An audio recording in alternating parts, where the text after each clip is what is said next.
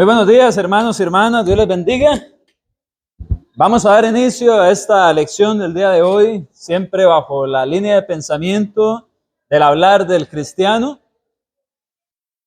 El hablar del cristiano es el tema de nuestro mes y en esta clase específicamente vamos a hablar acerca de estar sanando o el sanar con un discurso sabio. Sanar a través de un discurso sabio. Cuando nosotros nos damos cuenta de lo que es la sabiduría, venimos a darnos cuenta de lo importante también que es tenerla. Los seres humanos somos capaces de acumular información en nuestra mente y esa información que nosotros acumulamos en nuestra mente le llamamos conocimiento.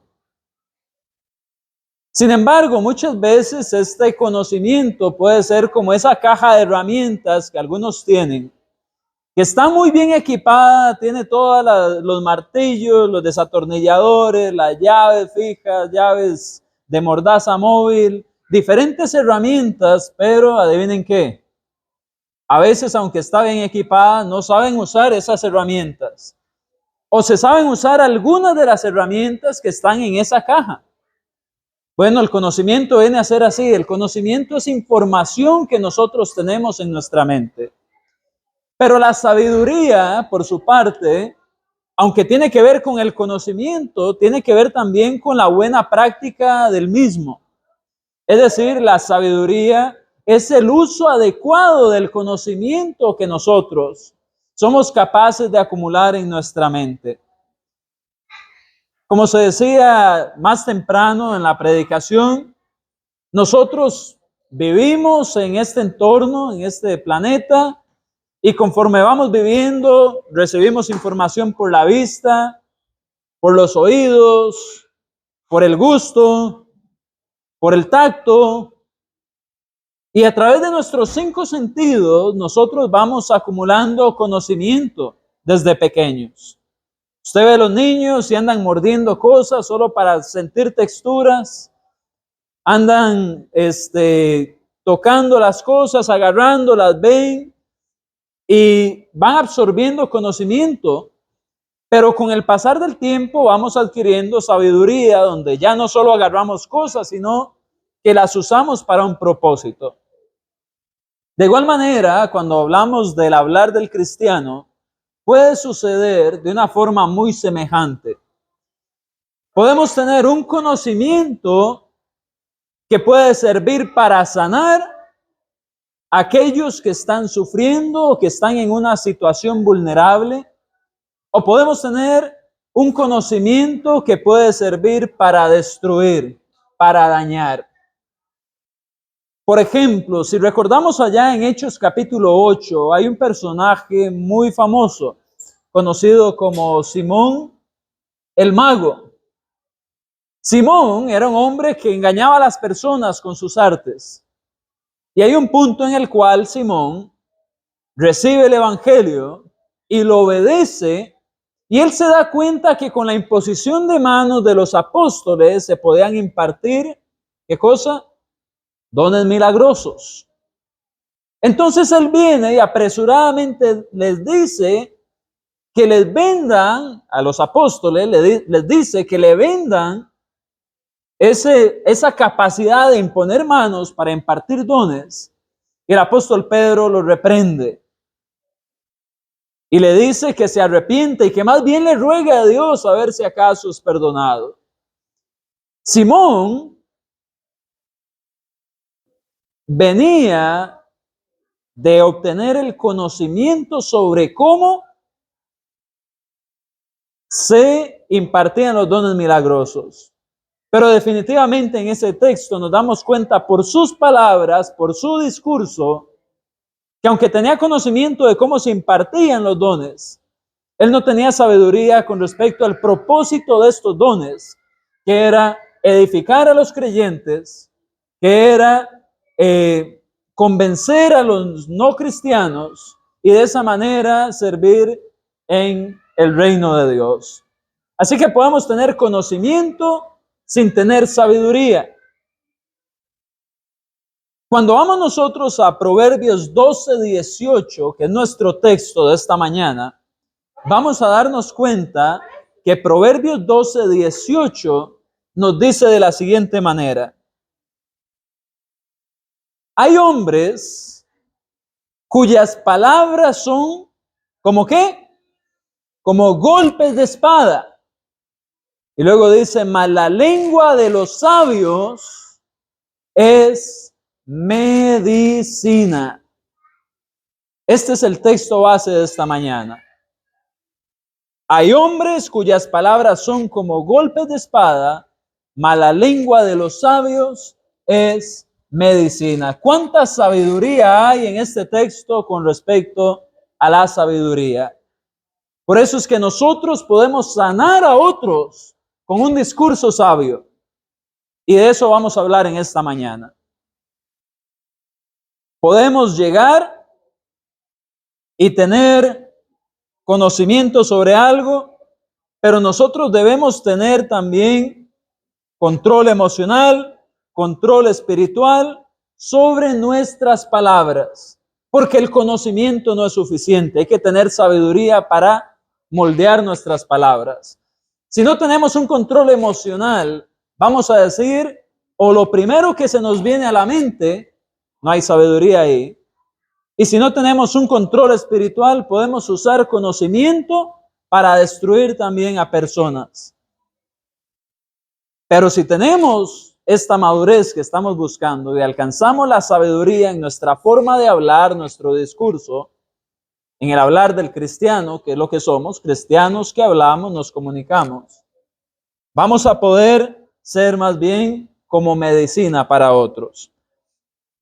Así que lo primero que vamos a ver es que un discurso sabio, que es aquel que sana, un discurso sabio no surge de hablar a la ligera. Cuando nosotros vamos al texto en el libro de Proverbios, nos vamos a dar cuenta al analizar el idioma en el cual se escribe Proverbios, que ¿cuál idioma es? El hebreo. Cuando nosotros vamos al hebreo en el Antiguo Testamento y vemos el Proverbios capítulo 12, versículo 18, nos damos cuenta que la palabra en hebreo que se usa acá para referirse a la parte que dice cuyas palabras, ese cuyas palabras es la palabra bata, no es la palabra común para traducir palabra. Esta palabra que se traduce, cuyas palabras, es la palabra bata. Y la palabra bata, cuando la vemos en el idioma original, nos da la idea de un balbuceo, de un hablar sin pensar, de un hablar con enojo o de un hablar a la ligera.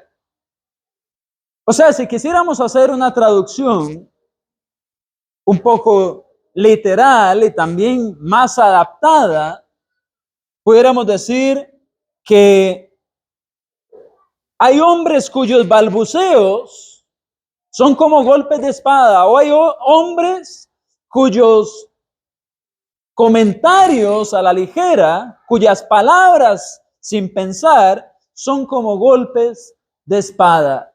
Tenemos que entender, hermanos, que el discurso sabio no surge de un balbuceo, de algo que digamos en el enojo, de algo que digamos en medio de la emoción. Las palabras que nosotros digamos deben de ser meditadas primero. ¿Por qué? Porque ese tipo de palabras que se dicen a la ligera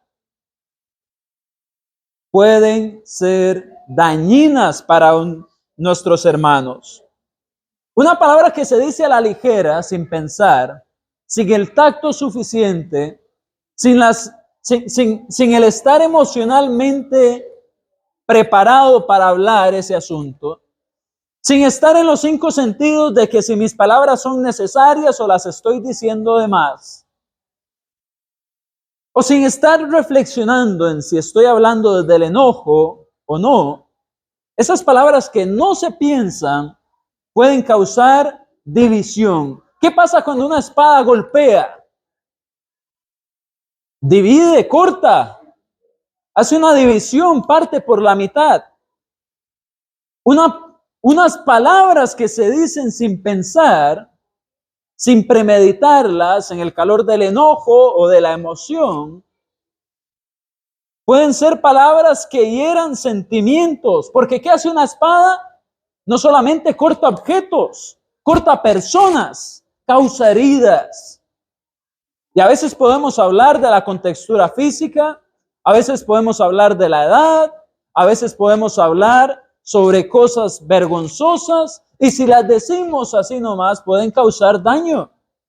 De igual manera, si yo estoy con mi pareja, o con un amigo, o con un vecino, y estoy en un momento acalorado y digo algo, mis palabras pueden herir a esa persona, y no solamente ser un obstáculo para que venga Cristo, sino también para yo poder mantener mi reputación como cristiano. Y usted dirá, bueno, es que ¿qué importa lo que piensen los demás si yo sé quién yo soy? Debemos de recordar que somos representantes de Cristo. ¿Y qué sucedió cuando la espada de Pedro cortó la oreja de aquel siervo del sumo sacerdote?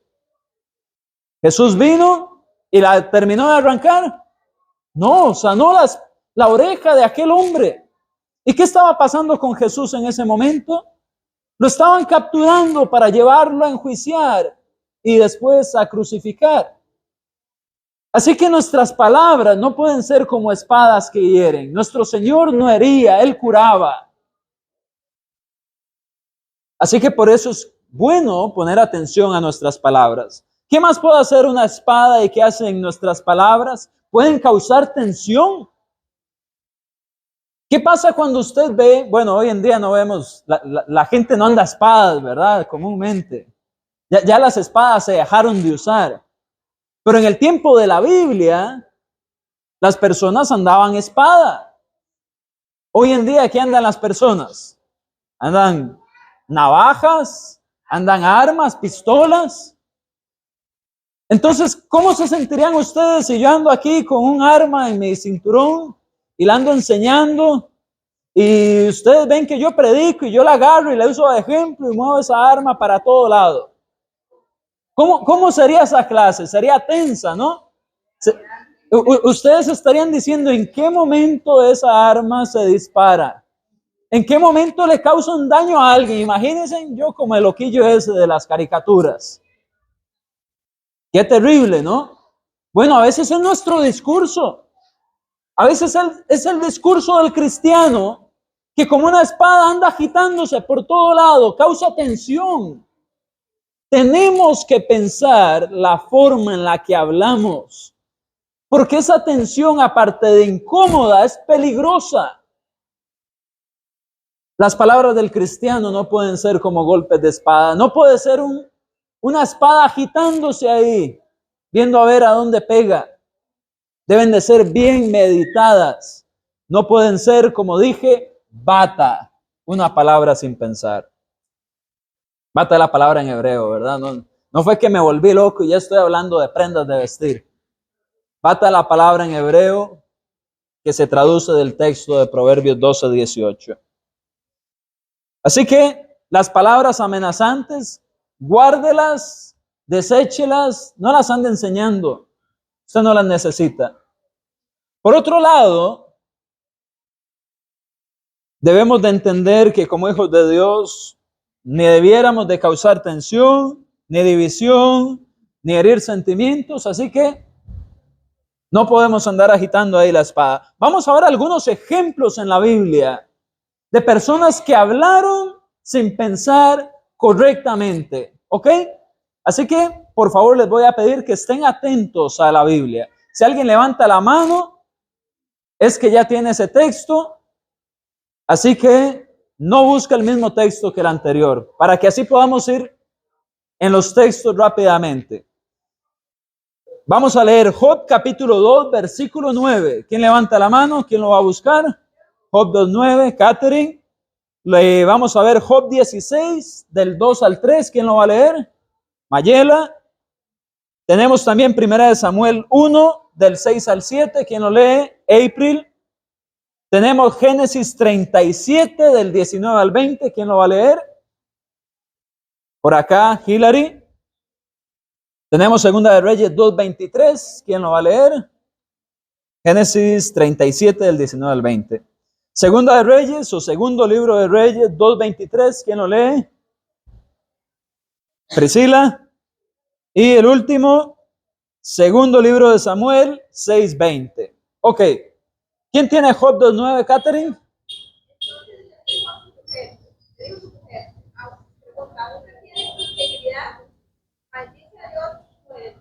Aún mantienes tu integridad, maldice a Dios y muérete. Imagínense, Job tiene reputación de ser un hombre santo, de un hombre que promueve la oración en su familia, de un hombre que ha mantenido su familia en lo que es un ambiente espiritual con respecto al Dios verdadero.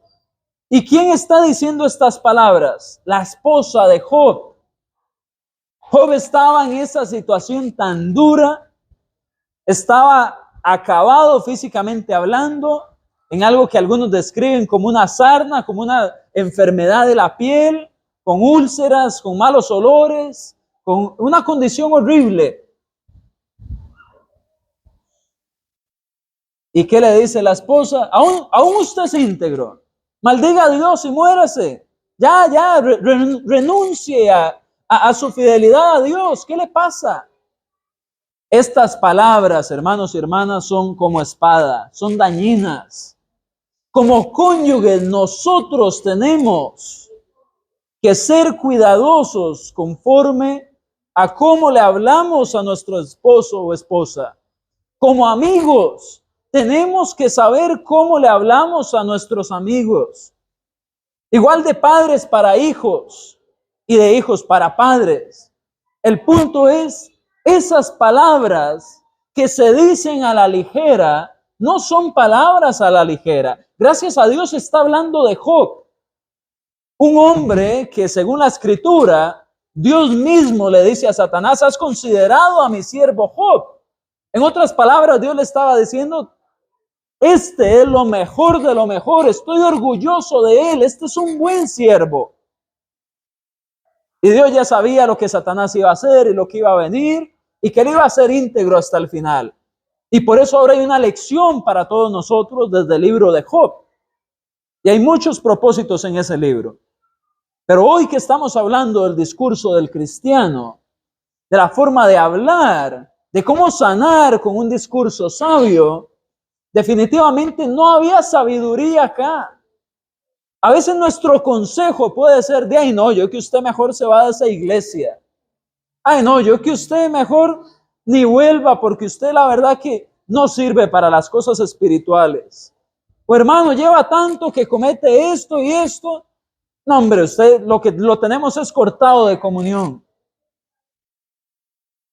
Ese tipo de discurso que no se medita en las consecuencias es peligroso. En el caso de Job no fue así, porque él era un hombre sabio definitivamente. Y usted lo ve en el libro. Pero ¿actuó con sabiduría su esposa? No.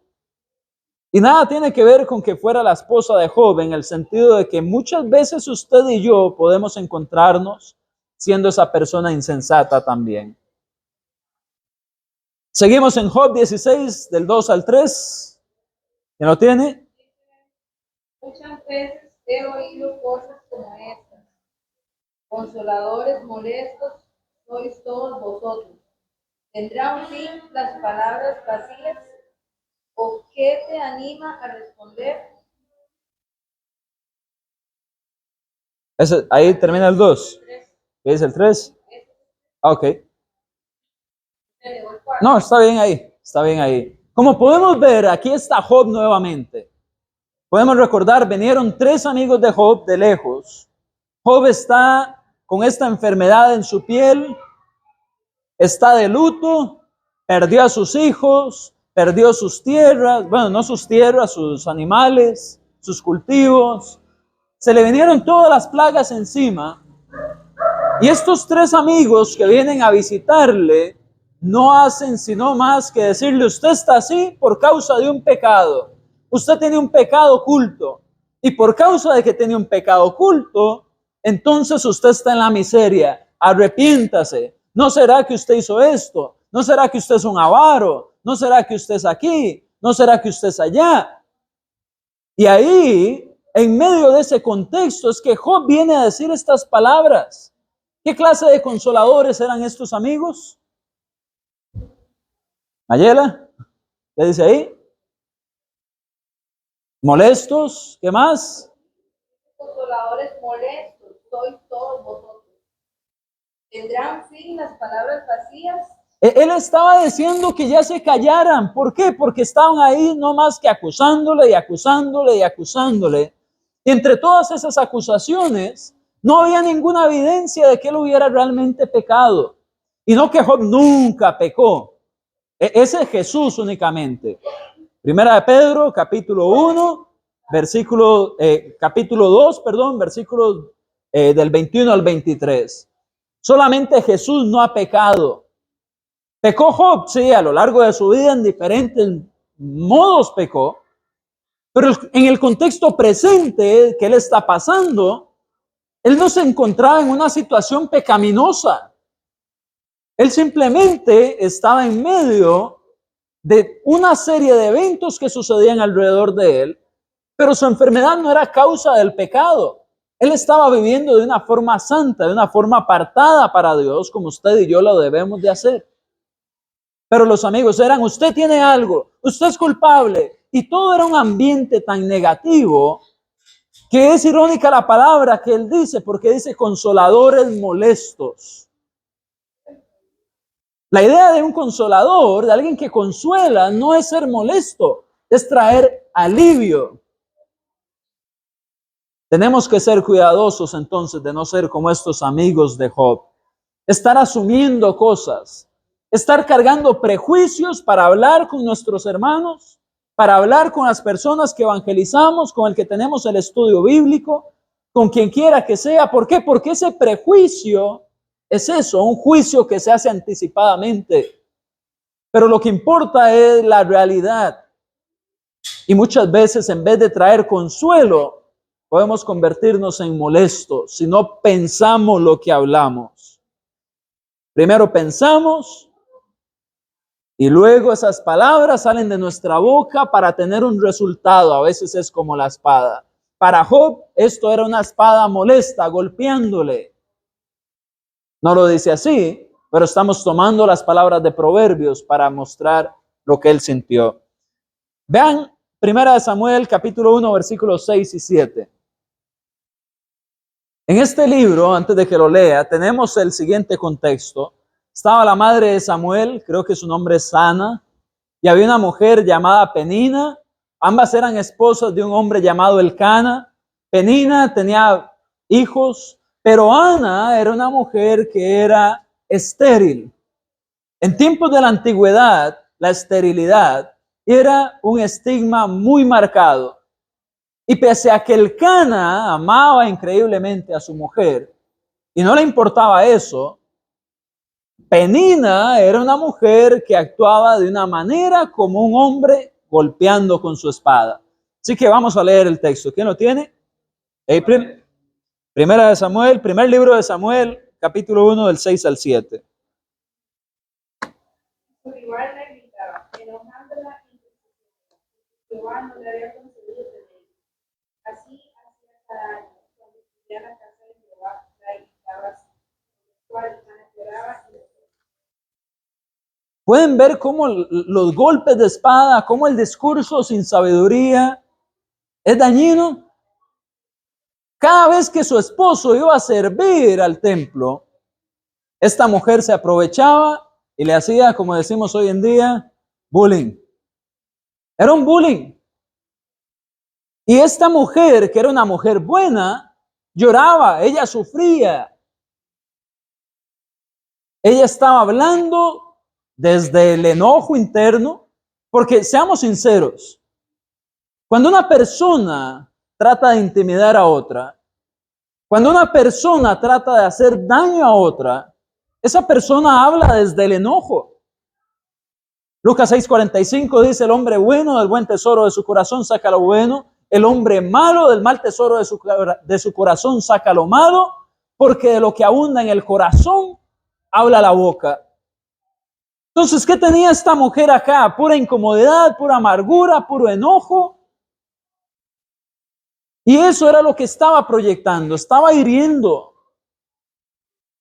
No podemos ser así los cristianos, porque en nuestro corazón lo que abunda la palabra de Dios es el Espíritu Santo. Colosenses 3:16, Efesios 5:18 y 19 nos invitan a llenarnos del Espíritu, a llenarnos de la palabra de Cristo. Entonces, ¿qué tiene que salir de nuestra boca? Puras cosas espirituales. Y si no es que nos levantamos y empezamos a pronunciar puros textos bíblicos todo el día, sí debe de ser que cada palabra que hablemos sea el reflejo de la luz de la palabra de Cristo en las palabras que comentamos. Desde el buenos días hasta el último amén de la noche. ¿Quién tiene por ahí Génesis 37 del 19 al 20? Dijeron el uno al otro, he aquí viene el Señor. Ahora puedes venir y matémosle, y echémosle en una cisterna y veremos. Alguna mala bestia lo devoró, y veremos qué será de su sueño. ¿Son palabras de sabiduría estas? Para nada. Los hermanos de José estaban expulsando palabras que son como golpes de espada, palabras que dañan, que dividen, que hieren, y esa división dentro de una familia es peligrosa. Ellos estaban celosos de su hermano porque él tenía sueños y él los interpretaba, y en esos sueños se anticipaba el hecho de que después ellos iban a estar frente a él en Egipto, y eso lo sabemos después en la historia.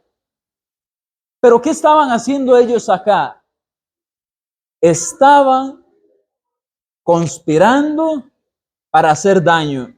Entonces ya nos damos cuenta que esas palabras insensatas que hacen daño no necesariamente son de nuestra persona contra aquel que podemos sentir algo que no está eso bien para nada.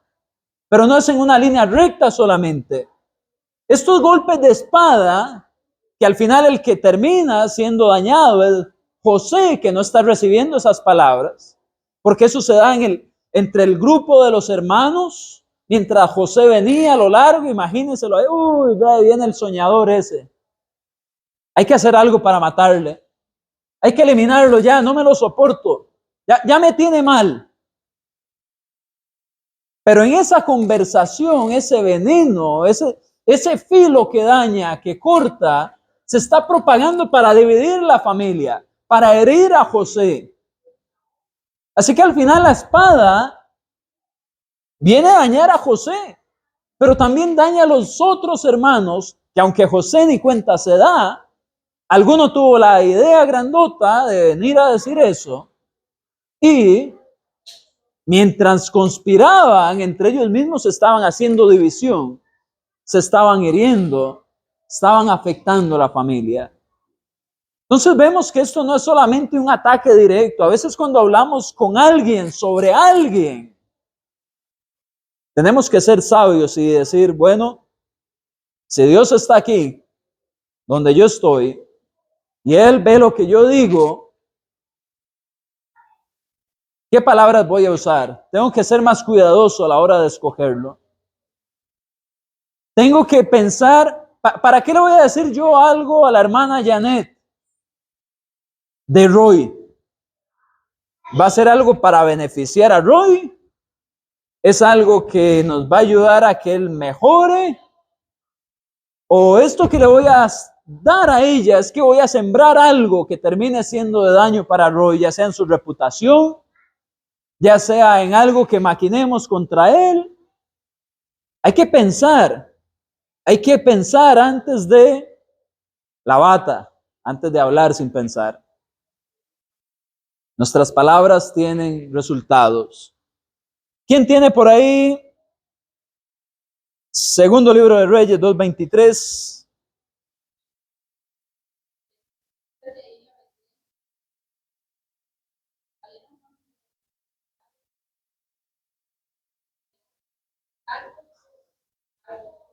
Ok. ¿Qué estaban haciendo ellos?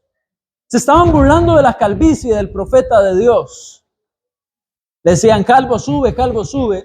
Esto es algo grave. Y bueno, después ellos son, creo que comidos por un oso, por lo menos despedazados. Cuando usted lee el resto de la historia, hay una repercusión en esto. Y usted dirá, pero solo le dijeron calvo. Sí, claro. Lo que pasa es que no solamente estaban atacando el lado físico de Eliseo, ellos estaban burlándose del profeta, que era el representante del mensaje de Dios. Y cuando usted rechaza el mensajero de Dios, rechaza también el mensaje y consistentemente rechaza al Dios, que es la fuente de ese mensaje. Entonces esto no es solo que porque era calvo. Hay una lista de cosas que llevan a la muerte. Igual hoy en día, cuando alguien rechaza la predicación del mensaje de Dios, termina en la muerte, ya no en manos de osos, pero termina en la muerte espiritual. Y claro, esos son precedentes para que nosotros pensemos antes de hablar. Pero ¿era necesario burlarse de algo? ¿Era necesario hablar de atributos físicos? No. Es más, de eso no se habla. No se habla de edades, no se habla de atributos físicos, no se habla de enfermedades que alguien tenga. ¿Para qué? Andrés, qué gordo que está, qué flaco que está, qué grande, qué pequeño, lo que sea. ¿Eso en qué va a beneficiar la conversación? ¿Es que me va a comprar ropa? ¿Me va a dar una camisa? Entonces pregúnteme la talla, no me diga si estoy gordo o estoy flaco. ¿Por qué? Porque todas estas cosas surgen de hablar a la ligera y no aportan nada a ninguna conversación. Si es que está preguntando la edad porque hay algún beneficio en algún lugar para gente de cierta edad, bueno, de ahí tal vez. Pero muchas veces no, no, es que usted se ve más viejo, se ve más joven. ¿Para qué? Las palabras pueden herir. Pero claro, eso también refleja un poco de la persona que las está hablando.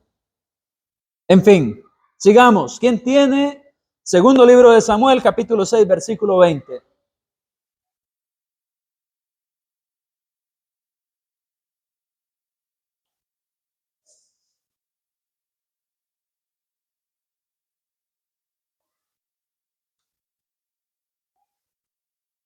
Y tenemos un rey. Segundo libro de Samuel, ¿sí? Capítulo 6, versículo 20.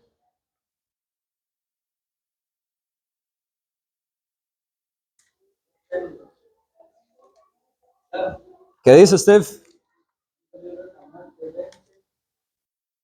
Volvió luego David para vender su casa y también comenzar a recibir a David. ¿Cuán honrado ha quedado hoy el rey de Israel, descubriendo hoy delante de las ciudades de su tierra, descubre su tesoro Muy bien. ¿Cuál era el contexto acá? Se había recuperado el arca de la alianza, se estaba trayendo hacia la ciudad de Dios. David venía festejando y Mical le dice estas palabras que acaba de leer Steven. Vamos a ver. Vamos a leer despacio. Volvió luego David para bendecir su casa. Y saliendo Mical a recibir a David le dijo, ve al sarcasmo, cuán honrado ha quedado hoy el rey de Israel, descubriéndose hoy delante de las criadas de sus siervos, como se descubre, aquí va el daño, aparte del sarcasmo, sin decoro, un cualquiera. ¿Qué era lo que estaba pasando acá? No se imagine que David iba desnudo ahí bailando, como muchos quieren dibujarlo a veces. David no iba desnudo. La vestimenta judía constaba de diferentes partes. Y dentro de la vestidura pues aparte de la común, el rey también tenía atuendos que eran de rey. Para Mical, el rey tenía que cumplir un estándar y tenía que comportarse como rey siempre, todo el tiempo, delante de todos. Pero aquí, David venía como parte del pueblo, venía festejando, no venía en su actitud de rey, venía celebrando el regreso del arca. Y para ella, delante de las criadas y delante de la gente, quedó como cualquier otra persona. Básicamente le está diciendo, usted debería de comportarse como rey y no andar ahí como un cualquiera. Debería de mantener su compostura. Pero ¿qué sucedía? David estaba celebrando el regreso del arca del pacto. Eso era que la compañía de Dios iba a estar nuevamente con el pueblo y la habían perdido precisamente por actitudes de desobediencia. Entonces, entre estar sin Dios y estar con Dios, claramente hay que estar con Dios. Él estaba contento y en vez de estar pensando, yo soy el rey, tengo una posición, me voy a mantener, él venía festejando. Y la esposa viene y tira estas palabras. Tenemos que ser cuidadosos con cómo nos hablamos, de verdad. No tengamos esto a la ligera. De hecho, luego vemos que una de las situaciones que le pasó es que ella nunca tuvo hijos. Pero cuando vemos estas palabras, todos estos... Si usted se pone a reflexionar en medio de todo esto, desde la primera lectura de Job hasta la última de Mical, usted se da cuenta que estas palabras surgen de la frustración, estas palabras surgen del juicio anticipado, surgen de la maldad interna en el corazón, de la envidia, del irrespeto, de la repulsión. Entonces, si tenemos todas estas cosas en nuestro corazón, cosas así van a salir. Entonces, si es común que cosas así salgan de nuestra boca, definitivamente hay algo que tenemos que revisar. ¿Por qué? Porque lo que hablamos refleja algo de nosotros. Usted puede saber que alguien que se burla, que alguien que habla cosas malas, alguien que chismea de otro, ese discurso que hace daño, nos está mostrando algo está mal, algo está quebrado en el corazón de esta persona. Y por eso debemos de ser cuidadosos. Hermano Steven. Este ejemplo me gusta mucho para el contexto, digamos, nosotros si no para con lo que fuera. En los casos,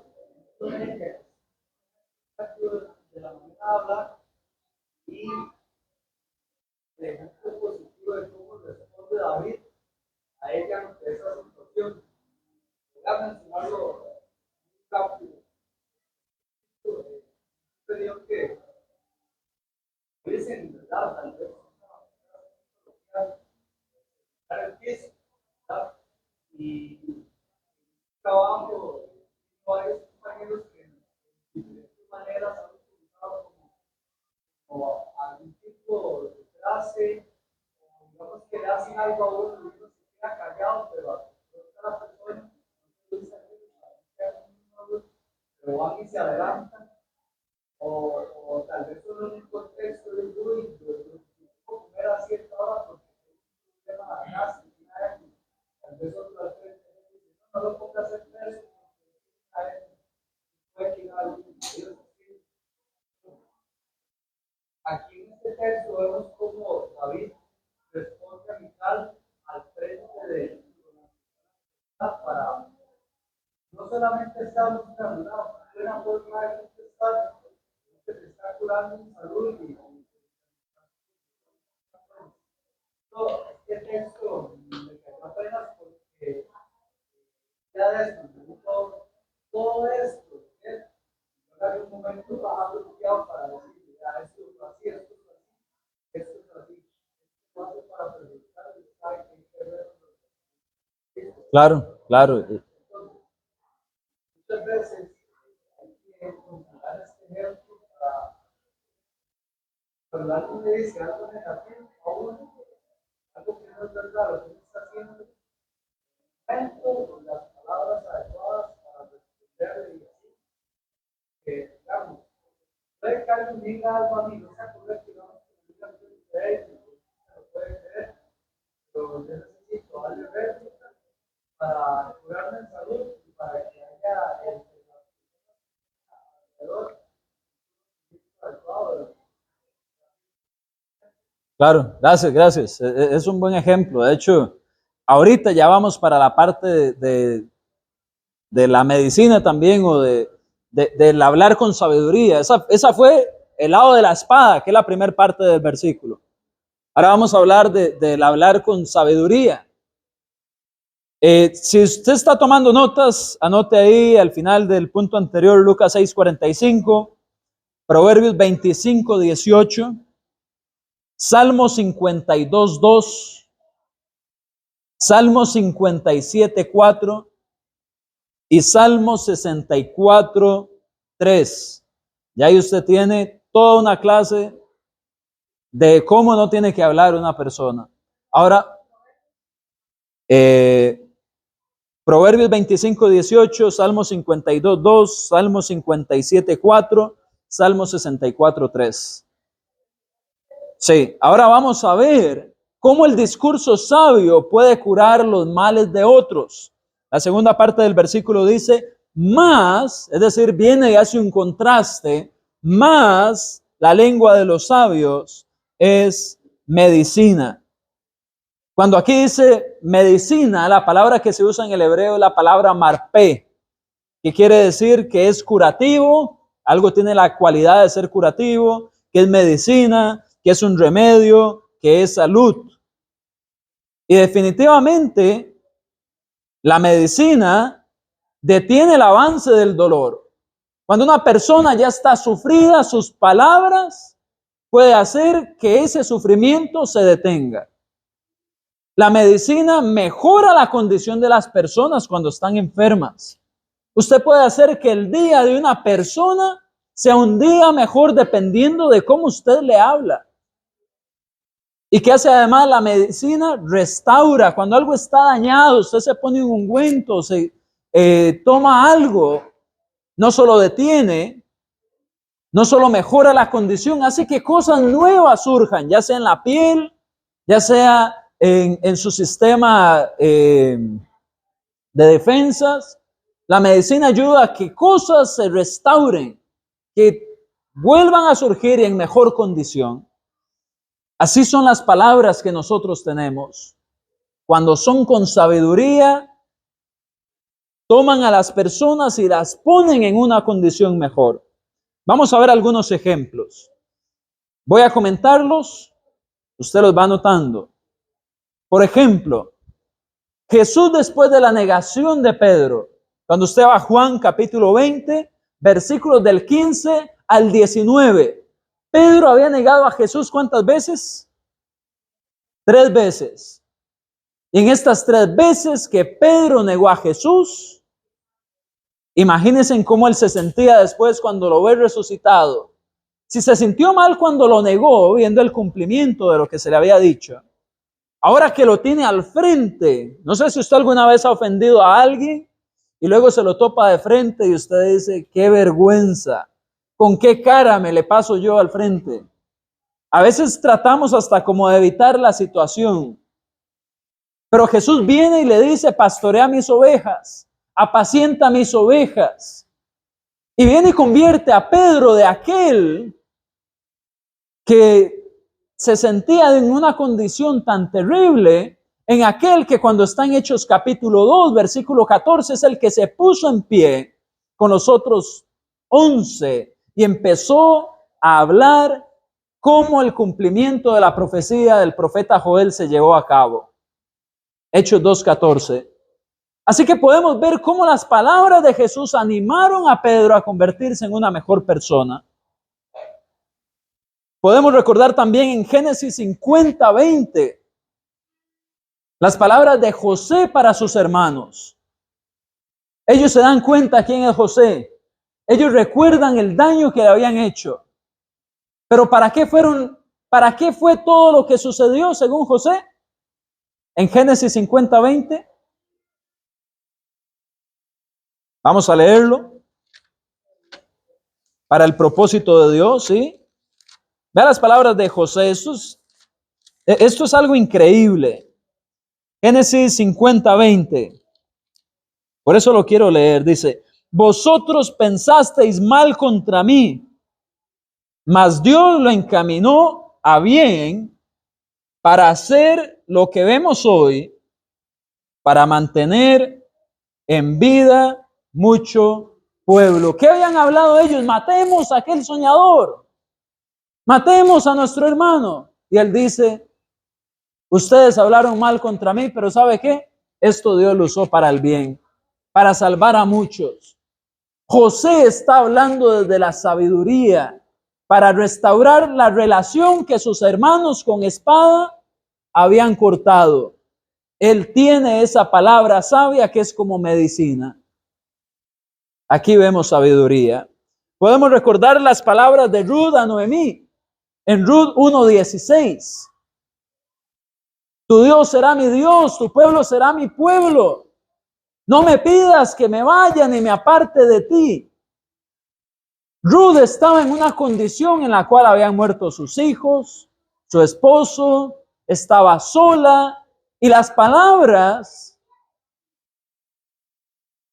Noemí estaba en esa condición, y las palabras de Ruth vienen a convertirse en medicina para Noemí. ¿Por qué? Porque Ruth iba a ser esa nuera que sí era una buena compañía, sí era una persona que estaba ahí para traer medicina al dolor que ella estaba pasando y la iba a acompañar en aquella situación tan dura. Podemos recordar también las palabras de Jesús allá en Juan 8:11. Las palabras de Jesús para la mujer que fue hallada en condición de adulterio aparentemente. La iban a apedrear. No trajeron los testigos, no trajeron el otro que tenía que ser apedreado, pero a ella la iban a apedrear ahí, dependiendo de lo que Jesús dijera. Jesús responde con sabiduría, pero a ella, ¿qué le dice? Vete y no peques más, ni yo te condeno. Jesús no la estaba condenando a muerte, pero le dice, vete y no peques más. Le estaba dando una oportunidad más a esta mujer, pero además la incita de una forma positiva a vivir de una forma santa el resto de vida que le quedó, porque la pudo haber perdido ese mismo día. Así que Jesús no solamente tuvo un discurso sabio para lo que le dijo a los que la iban a apedrear, el que esté libre de pecado tire la primera piedra, sino que tuvo un discurso sabio para restaurar, para curar, para traer medicina a esa mujer que ya sea que hubiera pecado por adulterio o que hubiera pecado por prestarse para venir a tentar al Señor, porque algunos creen eso, ya que el juicio no era creíble, no estaban los testigos, no estaba el otro culpable. Algunos dicen, ella se estaba prestando para que Jesús emitiera una orden que no le era lícita, porque para poder apedrear a alguien requerían autorización del gobierno romano, porque para poder apedrear a alguien, si Jesús le hubieran dicho, sí, apedréenla, y no habían testigos, ni estaba el otro culpable, Jesús hubiera quebrantado la ley. Entonces, si ella se prestó solo para ver si él quebrantaba la ley, estaba pecando. Si de verdad fue allá en adulterio, estaba pecando, estaba herida espiritualmente entonces. Y Jesús le dice, y yo te condeno, vete y no peques más. ¿Qué palabras más para restaurar la condición espiritual de una persona que incitándola a una vida santa? Podemos recordar también a Pablo fortaleciendo a Timoteo en 2 Timoteo, capítulo 1, versículos del 6 al 7. Podemos recordar la conversación entre Felipe y el eunuco en Hechos 8, 35 al 39. Viene Felipe, le habla al eunuco, ¿y cómo se fueron los dos después? Se fueron felices, se fueron contentos. Yo quisiera que hoy todos ustedes salgan contentos de esta clase. Pero de Felipe está ese registro. ¿Qué se va a decir después de esta clase? Yo no sé. Pero usted va al libro de los Hechos y dice que los dos fueron felices, alegres, por su camino. Eso es una persona que usa sus palabras con sabiduría. Felipe se acercó a aquel hombre que no entendía lo que leía, se lo explicó, le predicó el evangelio y esas palabras fueron como medicinas para él. Y por otro lado, el último ejemplo, está Aquila y Priscila ante Apolos en Hechos 10 del 26 al 27. En este texto nosotros vemos que Priscila y Aquila llaman a este varón, Apolos, que era poderoso en las escrituras y que estaba predicando algo erróneo, lo llaman aparte, lo restauran. Y luego seguimos viendo más bien hasta consejos, saludos en las cartas apostólicas para Apolos. ¿Cuántas personas van a ser beneficiadas? ¿Cuántas personas, hermanos y hermanas, van a ser impactadas por la forma en la que usted hable? Aquila y Priscila le hablaron de una manera tal a Apolos, que era un hombre poderoso en las escrituras, y le hablaron de una manera tal que no solamente lo convencieron de la verdad, sino que él siguió con mucho ímpetu, fortaleza en su ministerio cristiano. La siguiente persona a la cual usted le hable, dependiendo de cómo usted le hable, puede ser ese siguiente Apolos. Quizás usted diga, es que yo no soy tan bueno enseñando la Biblia, es que yo no soy tan bueno haciendo esto o aquello. Bueno, quizás no sea bueno desde el púlpito o todavía no se sienta cómodo, pero las palabras que usted tenga en sus conversaciones recurrentes pueden terminar impactando el evangelio de una manera que usted no se imagina, impactando su familia, su comunidad, el lugar de trabajo donde usted está. Así que el discurso sabio es como medicina. La diferencia aquí la hacemos es, hermanos y hermanas, ¿vamos a ser de los que usan la palabra como espada o vamos a ser de los que la usan como medicina? La decisión es suya, la decisión es mía, y ahora que salgamos de acá, es donde usted realmente con sus hechos va a terminar poniendo en práctica lo que Dios le ha dicho a usted hoy que haga. Use sus palabras como medicina. Punto. Eso es lo que Dios espera de nosotros. Es lo que tenemos que salir e ir y hacer. ¿Hermana Priscila? Hay un tipo de comentarios que ahora se usa mucho y es el comentario pasivo-agresivo. Es decir, es un comentario que se dice como broma, pero se ríe uno, digamos, como para no hacerlo sentir tan feo, pero el propósito del comentario muchas veces no es decir algo bonito. O sea, es tirar una broma, pero para que usted no lo tome mal de río. Hay que tener cuidado de no hacer ese tipo de comentarios en forma de broma, que lo que lleva más bien a un propósito de hacer el daño. Así es, puede terminar siendo un discurso como espada, ¿verdad? Que golpea. Así es. Así que pensemos, hermanos, nuestra forma de hablar. Vamos a terminar la grabación y creo que por acá Mayela va a decir algo y terminamos la clase.